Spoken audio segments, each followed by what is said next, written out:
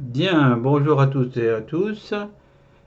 Nous allons reprendre, dans le cadre de la culture sociétale, cette chronique des nouvelles qui nous parviennent de Maurice Genevoix dans Ceux de 14, des historiettes de courtes histoires.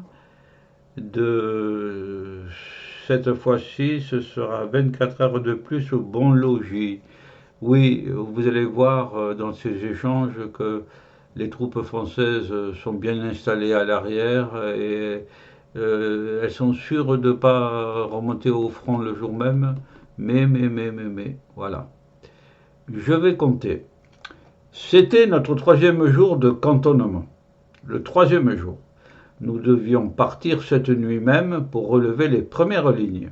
La nuit, hein, la nuit. Faut pas dormir pendant la guerre. Mais Presle, c'est un officier je crois, était venu vers 5 heures et nous avait annoncé que la relève n'aurait pas lieu. La bonne nouvelle, ils sont pas obligés, ils vont pouvoir dormir quoi.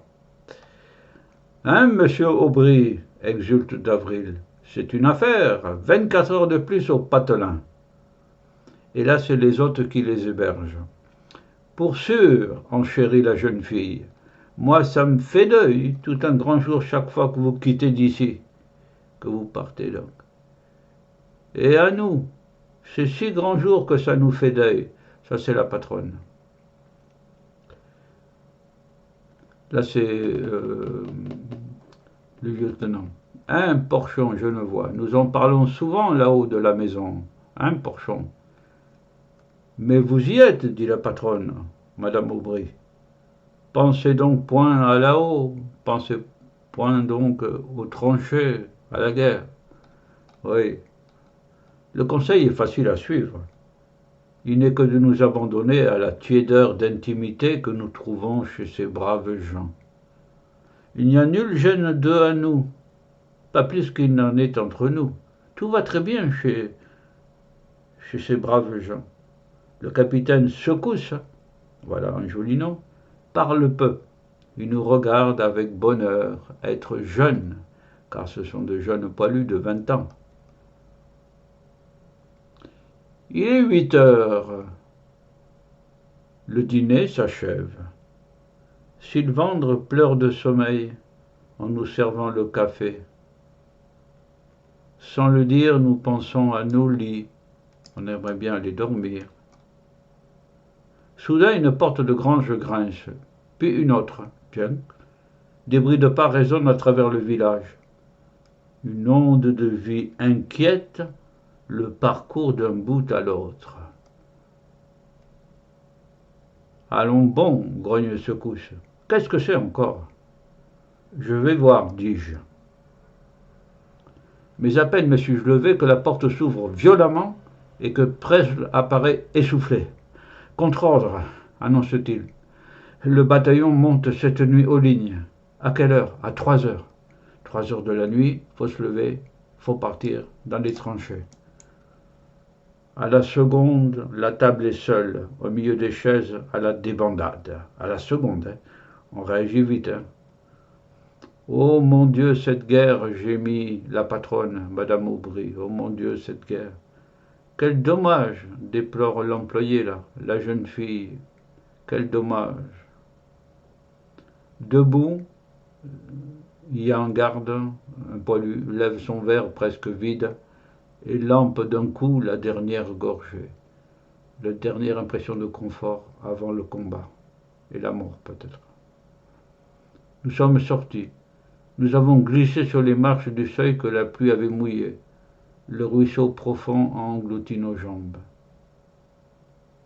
Nos souliers maintenant font un bruit d'éponge à chaque pas. Pas de chance, hein, les souliers là. Nous courons dans les ténèbres, c'est la nuit, hein, suivant la chaussée dure, et les bras tendus devant nous, il n'y a pas de lumière. Il ne faut pas se heurter à un obstacle. Va aux sections, halète Porchon. Moi je m'occupe du barda. Dans les granges tièdes d'humanité, la paille et le foin se soulèvent à mon appel. Les soldats donc se lèvent. une lanterne de campement s'allume. Il n'est pas encore 3 heures, mais il faut être prêt pour 3 heures. Voilà. C'est Maurice Genevoix, ceux de 14. La boue omniprésente. Voilà, 24 heures de plus au bon logis, mais on n'en fait pas suivant son bon vouloir.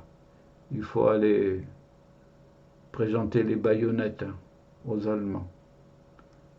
Voilà, je vous ai raconté une historiette de Maurice Genevoix euh, qui traduit un peu la misère de ces soldats jeunes de 20 ans qui sont engagés dans la guerre, mais qui apprécient extraordinairement le confort d'une maison, d'un espèce de restaurant, d'une passion de famille, quoi, en quelque sorte.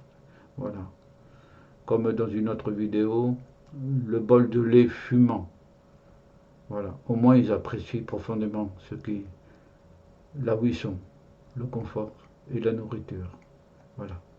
Eh bien, profitez encore plus de ce qui vous environne. Voilà. Soyez heureux de ne pas être en guerre aussi. Voilà. Au revoir à tous et à toutes. Au revoir.